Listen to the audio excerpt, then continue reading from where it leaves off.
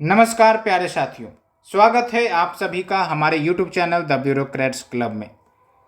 हम लोगों ने एसपीडी के करंट अफेयर्स की शुरुआत की थी और स्पोर्ट्स के सेक्शन को कवर किया है। इससे पहले के लेक्चर में वन लाइनर को भी हमने कवर कर दिया है पूरा।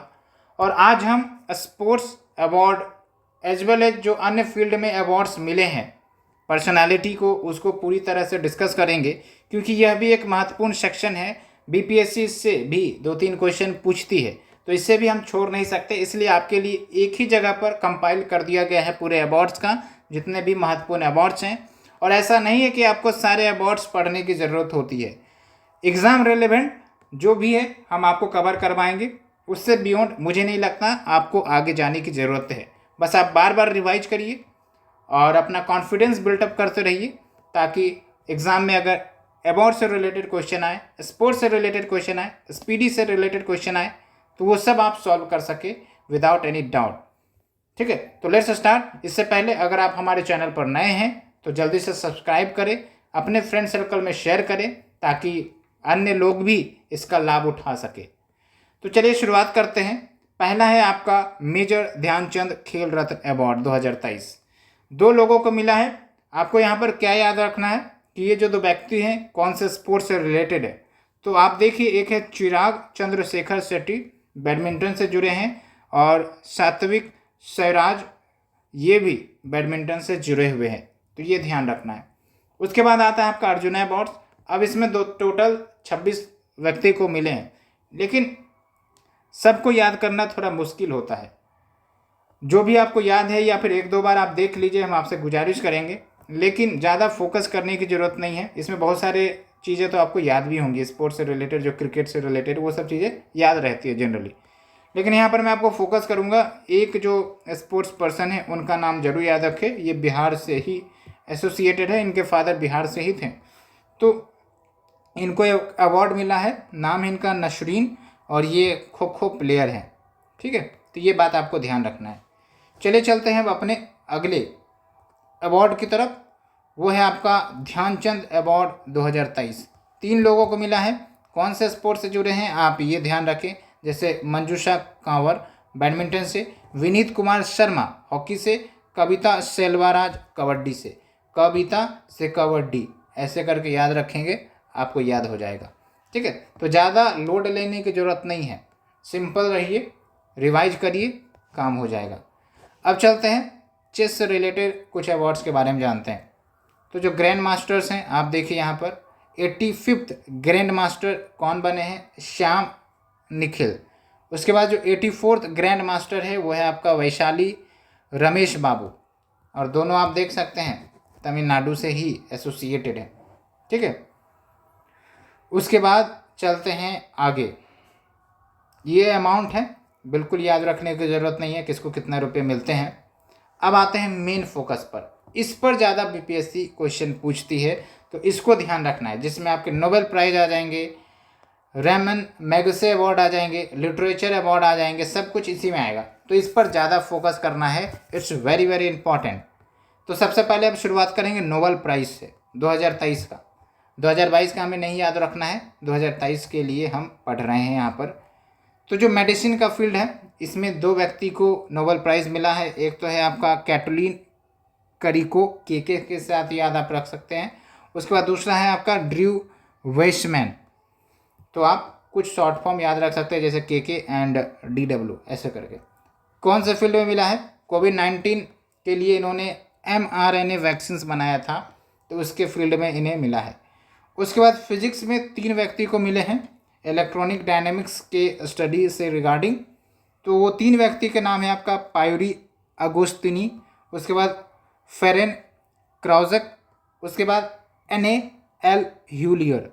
तो ये नाम याद रखना है आपने। ठीक है, नेक्स्ट केमिस्ट्री के फील्ड से भी 3 लोगों को, एक है आपका मोंगी ववेंडी, उसके बाद लुइस ई ब्रुस, उसके बाद एलेक्से येकिमो, ऐसे करके नाम याद रखना है। कौन से फील्ड के लिए, क्वांटम डॉट्स।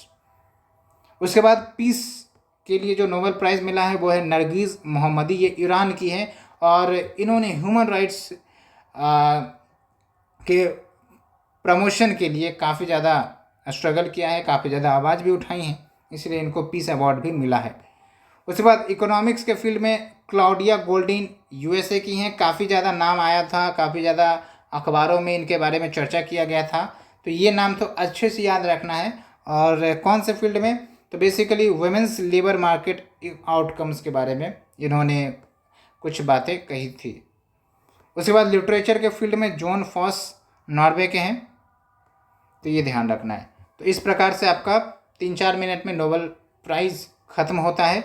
चलते हैं अब हम ब्यूटी कंपटीशन 2023-24 के इम्पोर्टेंट विनर्स के बारे में। तो इसमें सब कुछ याद नहीं रखना है, क्योंकि बीपीएससी, मिस वर्ल्ड, इन सब के बारे में उतना ज़्यादा फोकस नहीं करती है जितना लिटरेचर पर फोकस करती है, नोबेल प्राइज़ पर फोकस करती है। तो जब दही मक्खन हो खाने के लिए, तो सिंपल खाना कोई खाना नहीं पसंद करेगा। वही बात है कि यहाँ पर इतने सारे इंपॉर्टेंट अवार्ड्स हैं, विनर्स हैं, तो जनरली इस फील्ड में क्वेश्चन नहीं पूछे जाएंगे। हालांकि आपको ये जरूरी ध्यान रखना है कि मिस वर्ल्ड 2024 किसको मिला है? क्रिस्टीना पेस्कोवा। नाम थोड़ा सा अजब गजब है, लेकिन नाम याद रखना है। क्रिस्टीना के नाम से आप याद रख सकते हैं, एक ही वर्ड याद रखिएगा तब भी काम चल जाएगा। उसके बाद आप देखिए शांति स्वरूप भटनागर अवार्ड नहीं याद रखना है। उसके बाद ये इंपॉर्टेंट अवार्ड है 65th रमन मैगसेसे अवार्ड 2023। इसमें आपको ध्यान रखना है इंडिया की तरफ से किसे मिला है? डॉक्टर रवि कनन, रवि किशन को नहीं, रवि कनन को। ठीक है, किस फील्ड में? हेल्थ केयर के फील्ड में। तो इतना आपको ध्यान रखना है। उसके बाद चलिए हम आगे चलते हैं। साहित्य अकेडमी अवार्ड 2023, ये भी बहुत ही इंपॉर्टेंट है। मोस्टली अगर अवार्ड मिलते हैं तो क्वेश्चन पूछा जाता है। इसमें आपको 4-5 लैंग्वेज के अवार्ड याद रखने हैं। एक है आपका इंग्लिश, इंग्लिश में जो मिला है नीलम शरण गौर को। ठीक है, और इनका जो लिटरेचर आप देख सकते हैं, रिक्विम इन राग जानकी। उसके बाद हिंदी लिटरेचर के लिए किसे मिला है? संजीव को, मुझे पहचानो। मैथिली के लिए इंपॉर्टेंट है, बिहार के लिए। ठीक है, वासुकीनाथ झा, और इनको मिला है कौन से लिटरेचर के लिए? बोध संकेतन। उसके बाद उर्दू के लिए मिला है सदिका नवाब शहर को, और कौन से लिटरेचर? राजदेव की अमराई। संस्कृत के लिए मिला है अर्जुन रंजन मिश्रा को, और किस पोयम के लिए? तो शून्य मेघनम, ये ध्यान रखना है। ठीक है, तो आपको इससे भी और नहीं जाना है। हालांकि मिले तो हैं काफ़ी लोगों को, लेकिन आपको इन्हीं पर घूमना फिरना है। ठीक है, चले चलते हैं अब नेक्स्ट अवार्ड की तरफ। 69th national film award 2023, best film Rocketry, director R Madhavan. 77th BAFTA award 2023, best film Oppenheimer. ये सब आपके क्या है? मूवीज से रिलेटेड है। ठीक है, ये ध्यान रखना है। उसके बाद आ जाइए ऑस्कर अवार्ड। वही मैं आपको बता रहा हूँ, जब ऑस्कर हो साथ में तो फिर मोस्टली चांस बनता है कि ऑस्कर से ही क्वेश्चन पूछा जाए, लेकिन ये सब भी ध्यान रखना है। तो जो आप देख सकते हैं, ऑस्कर को भी जो अवार्ड मिला है वो भी ओपेनहाइमर है, तो आपका काम आसान हो जाएगा। ये जो आपका बाफ्ता अवार्ड है वो भी आपको ओपेनहाइमर को मिला है, ऑस्कर अवार्ड वो भी आपका ओपेनहाइमर को मिला है। ठीक है, ऑस्कर ओपेनहाइमर याद रख सकते हैं, ऑस्कर ओपेनहाइमर ऐसे करके याद हो जाएगा आपका, ट्रिक से ये। ठीक है, उसके बाद 69th film fair award 2024, best film 12th fail. हम उम्मीद करते हैं आपने इस मूवी को देखा होगा। आप देख सकते हैं काफ़ी अच्छी मूवी है, स्ट्रगल जो है उसको दर्शाया गया है इसमें। उसके बाद देखिए 54th इंटरनेशनल फिल्म फेस्टिवल 2023 जो कि गोवा में हुआ था, तो बेस्ट फिल्म किसको मिला है? जिसको गोल्डन पिकक अवार्ड भी कहते हैं, कौन से मूवी को? Endless border. फिर उसी में आपका जो यूनेस्को गांधी अवार्ड मिला है वो है ड्रिफ्ट को। उसके बाद बेस्ट वेब सीरीज अवार्ड मिला है पंचायती सीजन 2, ये भी आप देखे होंगे, काफ़ी ज़्यादा अच्छे लगते हैं ये सीरीज। उसके बाद सत्यजीत रे life time achievement award Michael Douglas को। तो ये सब नाम याद रखना है जिन्हें मिला है award at the 54th international film festival award 2023 held in Goa. तो इतना आपको याद रखना है। चलिए हम अगले अवार्ड की तरफ चलते हैं। अगला अवार्ड है आपका पद्मा अवार्ड 2024, बहुत ही इंपॉर्टेंट, बहुत ही खास, और जो प्रेसिडेंट ऑफ इंडिया है वो पद्मा अवार्ड्स देती हैं इम्पोर्टेंट पर्सनालिटी को। और इसके तहत जो 2024 में अवार्ड मिला है, 5 पद्म विभूषण अवार्ड मिला है लोगों को। उसके बाद 17 पद्म भूषण, उसके बाद 110 पद्मश्री अवार्ड मिलता है। तो थोड़ा सा प्रायोरिटी में देखें तो सबसे ऊंचा होता है आपका पद्म विभूषण, फिर पद्म भूषण, फिर पद्मश्री। इसलिए आप देख सकते हैं सिर्फ 5 व्यक्ति को पद्म विभूषण मिला है, और इसमें आपको पाँचों के पाँचों नाम याद रखने हैं। और एक नाम तो अच्छे से याद रखना है, वो है आपका बिहार के सोशल वर्कर जिन्होंने सुलभ शौचालय की उद्घाटना की थी, फाउंडेशन किया था, वो है बिंदेश्वर पाठक, जिनकी हाल फिलहाल में मृत्यु भी हो गई थी। ठीक है, तो आप सोच सकते हैं कि जो शौचालय है उसको हर कोने तक पहुंचा देना काफ़ी बड़ी उपलब्धि होती है, और इसमें बिंदेश्वर पाठक जी काफ़ी सफल भी हुए और काफ़ी इनको सम्मान भी मिला, मान भी मिला। जैसा इन्होंने कर्म किया उस हिसाब से इनको इज्जत, प्रतिष्ठा, सम्मान सब कुछ मिला भी है। ठीक है, तो चलिए शुरुआत करते हैं। 5 व्यक्ति के नाम आप देख लीजिए, एक तो मैंने आपको बता दिया, और पहला है आपका विजय थीमला बाली, ये तमिलनाडु के हैं। और फिर देखिए आंध्र प्रदेश के हैं श्री कोनिडेला चिरंजीवी।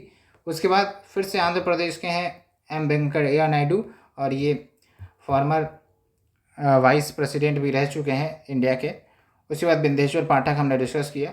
उसके बाद है पी सुब्रमण्यम जो कि तमिलनाडु से है। तो आप देख सकते हैं तमिलनाडु और 2 आंध्र प्रदेश और 1 बिहार, तो मोस्टली साउथ इंडिया से एसोसिएटेड है। ठीक है, पद्म भूषण में टोटल 17 को मिला है, लेकिन हम 17 का 17 याद नहीं रखेंगे।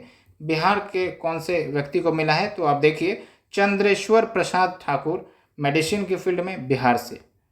उसके बाद पद्मश्री टोटल 110 व्यक्ति को मिला है, तो 110 व्यक्ति का तो नाम याद रखने वाले नहीं है। बिहार से किन लोगों को मिला है वो आप देखिए, तो एक है अशोक कुमार विश्वास, आर्ट्स, बिहार से। उसके बाद सुरेंद्र किशोर, लिटरेचर जर्नलिज्म, बिहार से। शांति देवी पासवान एंड शिवम पासवान, बिहार से। राम कुमार मलिक, ये भी बिहार से। तो कुल मिलाकर 7 व्यक्ति जो बिहार से हैं उनको मिल चुका है। फिर से रिवाइज करवा देते हैं आपको। बिंदेश्वर पाठक, ये भी बिहार से हैं। चंद्रेश्वर प्रसाद ठाकुर, ये भी बिहार से हैं। उसके बाद आप देखिए यहाँ पर 5 हैं, अशोक कुमार विश्वास, सुरेंद्र किशोर, फिर शांति देवी एंड शिवम पासवान, उसके बाद राम कुमार मलिक। तो टोटल 7 व्यक्ति बिहार से हो गए। तो उम्मीद करते हैं ये फैक्ट्स काफ़ी महत्वपूर्ण है और आप याद रखेंगे इसे। चलिए अब चलते हैं अगले प्राइज़ की तरफ, मतलब अवार्ड्स की तरफ। इसमें आपको ये ध्यान रखना है आईसीसी अवार्ड्स 2023। इसमें जो men's one day cricketer of the year है none other than Virat Kohli. Men's टी20 cricketer of the year Surya Kumar Yadav. उसके बाद women's cricketer of the year Nat Sciver Brunt, England की हैं। उसके बाद women's one day cricketer of the year Chamari Athapaththu, ठीक है, साउथ इंडिया के नाम है लगता है। ठीक है, तो ये ध्यान रखना है आपको। उसके बाद चलते हैं हम नेक्स्ट अवार्ड की तरफ, वो है आपका लिटरेचर से रिलेटेड अवार्ड्स। ये भी काफ़ी महत्वपूर्ण है, बीपीएससी बार बार लिटरेचर के अवार्ड्स जरूर पूछती हैं। तो चलिए डिस्कस करते हैं। ज्ञानपीठ अवार्ड, आपको ये भी ध्यान रखना है ज्ञानपीठ अवार्ड किससे रिलेटेड है, लिटरेचर से। तो ज्ञानपीठ अवार्ड 2023 का गुलजार साहब, जो कि उर्दू के काफ़ी जाने माने कवि हैं, काफ़ी सुना होगा इन्हें आपने। ठीक है, उसके बाद उन्हीं एक और को मिला है जगत गुरु रामभद्राचार्य। तो ये ध्यान रखना है, गुलजार साहब एंड रामभद्राचार्य, इन दोनों को मिला है ज्ञानपीठ अवार्ड 2023 का। उसके बाद व्यास सम्मान अवार्ड पुष्प भारती फॉर यादें के लिए। उसके बाद सरस्वती सम्मान अवार्ड, ये भी लिटरेचर के लिए 2023 में किसे मिला है, Prabha Varma for the novel Raudra Satvikam. उसके बाद दादा साहेब फाल्के अवार्ड, ये फिल्म से रिलेटेड है, 2023 में वाहिदा रहमान को मिला है। Dada Saheb Phalke international film award, confusion नहीं करना है, ये दादा साहेब फाल्के अवार्ड है जो मिला है वाहिदा रहमान को, ये Dada Saheb Phalke international film fair award है, जो कि कौन से फिल्म को मिला है, जवान फिल्म को, जिसमें Shahrukh Khan as a lead role किए हैं। उसके बाद बिहारी अवार्ड लिटरेचर में 2022 का माधव हडा को, और किसके लिए, पचरंग चोला पहाड़ सखीरे, हालांकि पुराना है, कम चांसेस से पूछने के। उसके बाद इंदिरा गांधी पीस प्राइज़ 2023 का किसे मिला है, Daniel Barenboim and Ali Abu Awwad को। ठीक है, उसके बाद ये सब देखिए काफ़ी पुराना है, 2022 का, 21 का, इसलिए मैं इसको डिस्कस नहीं कर रहा हूँ। क्यों फालतू में समय इधर से उधर करना, जो इंपॉर्टेंट है, जो लेटेस्ट है, उसको डिस्कस कर लेते हैं, सबसे बढ़िया वही रहेगा। उसके बाद बुकर प्राइज़, जो कि लिटरेचर के फील्ड के हैं, 2023 में पॉल लिंच को, ठीक है। उसके बाद इंटरनेशनल बुकर प्राइज, ये भी लिटरेचर से रिलेटेड है, 2024 में किसे मिला? माइकल हॉफमैन को, जो कि जर्मनी के है। कौन सा नोबेल? कैरोस। उसके बाद fourth national water award 2022, best performing state है मध्य प्रदेश, ये ध्यान रखना है, पूछा जाता है। उसके बाद चलिए अदर अवार्ड्स में चलते हैं, उसके बाद अवार्ड्स की समस्या खत्म हो जाएगी, ठीक है। तो यहाँ पर आप देखिए Knight of the Legion of Honour, ये जब भी आपको ये स्टेटमेंट आए लीजन ऑफ ऑनर, तो आप मानिए कि फ्रांस का हाईएस्ट सिविलियन ऑनर होता है, ठीक है। तो ये दिया गया रोशनी नादर मल्होत्रा को। कौन है ये रोशनी नादर मल्होत्रा? आप थोड़ा सा गूगल में सर्च करें और आप हमें कमेंट सेक्शन में बता सकते हैं। उसके बाद बेस्ट एग्रीकल्चर स्टेट अवार्ड 2024 किसे मिला है? महाराष्ट्र को। नेक्स्ट 12th विश्व हिंदी सम्मान किसे मिला है? डॉक्टर उषा ठाकुर को। उसके बाद पेन पिंजर प्राइज 2024 अरुंधति रॉय को, काफ़ी इंपॉर्टेंट लिटरेचरिस्ट हैं ये, है ना। और फिर चलते हैं अगले अवार्ड की तरफ। Nelson Mandela lifetime achievement award Vinod Gantara को। उसके बाद हिंदी साहित्य भारती अवार्ड कृष्ण प्रकाश को। तो ये सब आपके कुछ इंपॉर्टेंट अवार्ड्स हैं जो दिए गए हैं रिसेंट टाइम्स में, जिससे याद रखना है, ऐसी हमारी गुंजाइश है आपसे, गुजारिश है आपसे, ठीक है। फिर है आपका व्हिटले गोल्ड प्राइज, जिसको हम ग्रीन ऑस्कर भी कहते हैं, डॉक्टर पूर्णिमा देवी बर्मन, नाम याद रखना है। उसके बाद आर्यभट्ट अवार्ड 2024 पाबुलुरी बंदनपू, ये नाम याद रखना है। उसके बाद भूटान का हाईएस्ट सिविलियन ऑनर प्रधानमंत्री मोदी को, जब ये भूटान की यात्रा पर गए थे। उसके बाद संगीत कलानिधि अवार्ड 2024 टीएम कृष्णा को। उसके बाद फ्रांस का हाईएस्ट सिविलियन ऑनर ससिर थरीर को भी सम्मानित किया गया, तो आप देख सकते हैं उन्हें भी, और इससे पहले हमने डिस्कस किया उन्हें भी। उसके बाद underwater photographer of the year 2024 Alex Dawson को। उसके बाद best technology bank award South Indian Bank को, याद रखना है साउथ इंडियन बैंक को। तो इतने अवार्ड्स हमने डिस्कस कर लिए। अब चलते कुछ और अवार्ड्स के बारे में जानते हैं। लक्ष्मी नारायण इंटरनेशनल अवार्ड प्यारेलाल शर्मा को। उसके बाद MS Swaminathan Award professor BR Kamboj को। उसके बाद भारत रत्न 2024, इसके बारे में हम डिटेल से चर्चा करने वाले, इसलिए आप चिंता ना करें। एक जो है बिहार के पहले सीएम रह चुके हैं, बिहार के पूर्व सीएम रह चुके हैं कर्पूरी ठाकुर, और ये आपके मेंस के लिए भी इम्पॉर्टेंट है, सिर्फ प्रीलिम्स के लिए नहीं।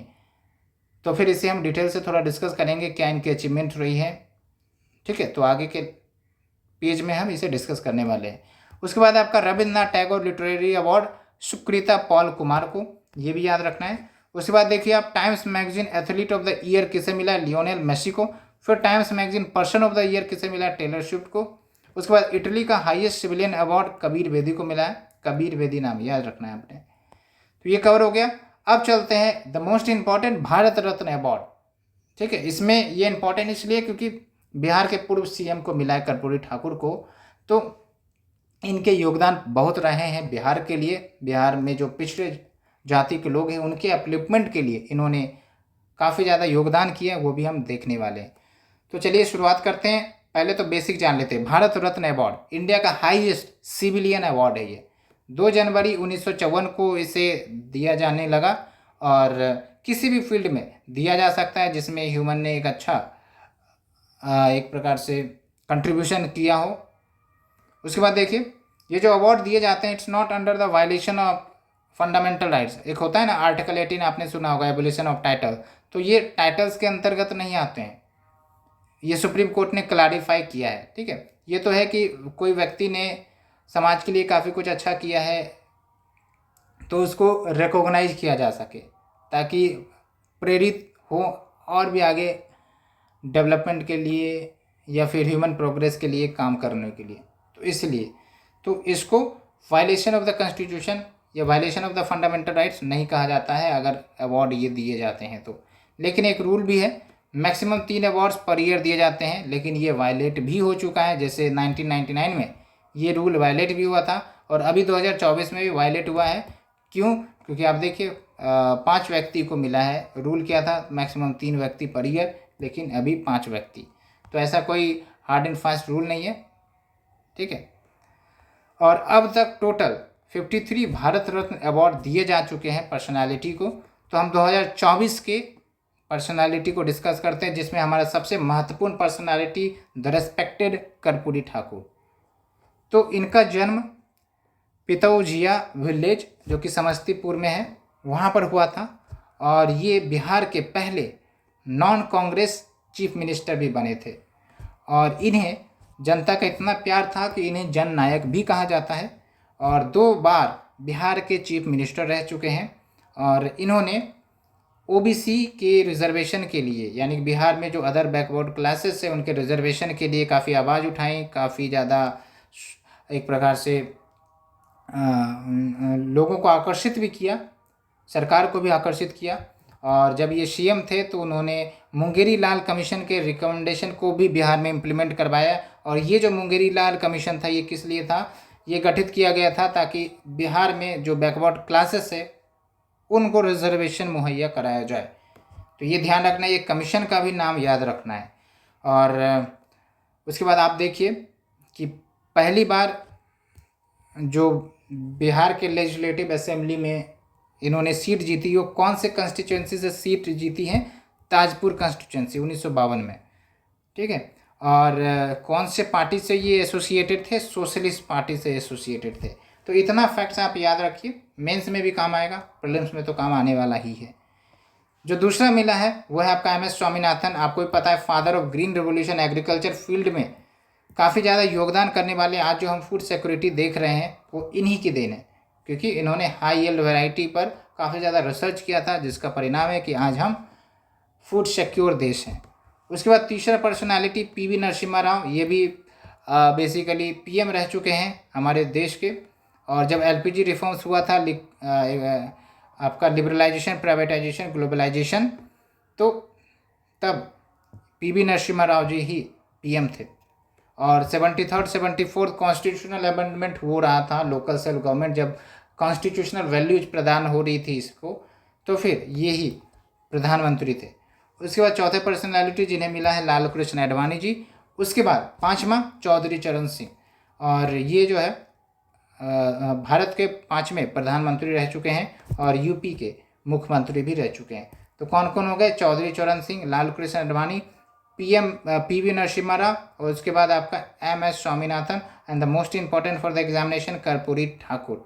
तो इतना याद रखना है and your work is over. और इससे बियॉन्ड आपको करने की ज़रूरत नहीं है, क्योंकि इतना ही काफ़ी है। बार बार इसे रिवाइज करते रहिए। जो मोस्ट इंपॉर्टेंट अवार्ड है, नोबेल प्राइज़ हो या फिर आपका भारत रत्न हो, ठीक है, ये सब हमने डिस्कस किया है, चाहे साहित्य अवार्ड हो, तो ये सब हमने डिस्कस किया है विदाउट एनी टेंशन। आप पढ़ते रहिए, रिवाइज करते रहिए। Thank you friends for watching the series. अगर आपको लेक्चर पसंद आ रही है, अच्छा लग रहा है, तो आप ज़रूर अपने फ्रेंड सर्कल में शेयर करें। और आपको किसी भी प्रकार की समस्या है, डाउट है, आप हमें कमेंट सेक्शन में पूछ सकते हैं। बहुत बहुत धन्यवाद।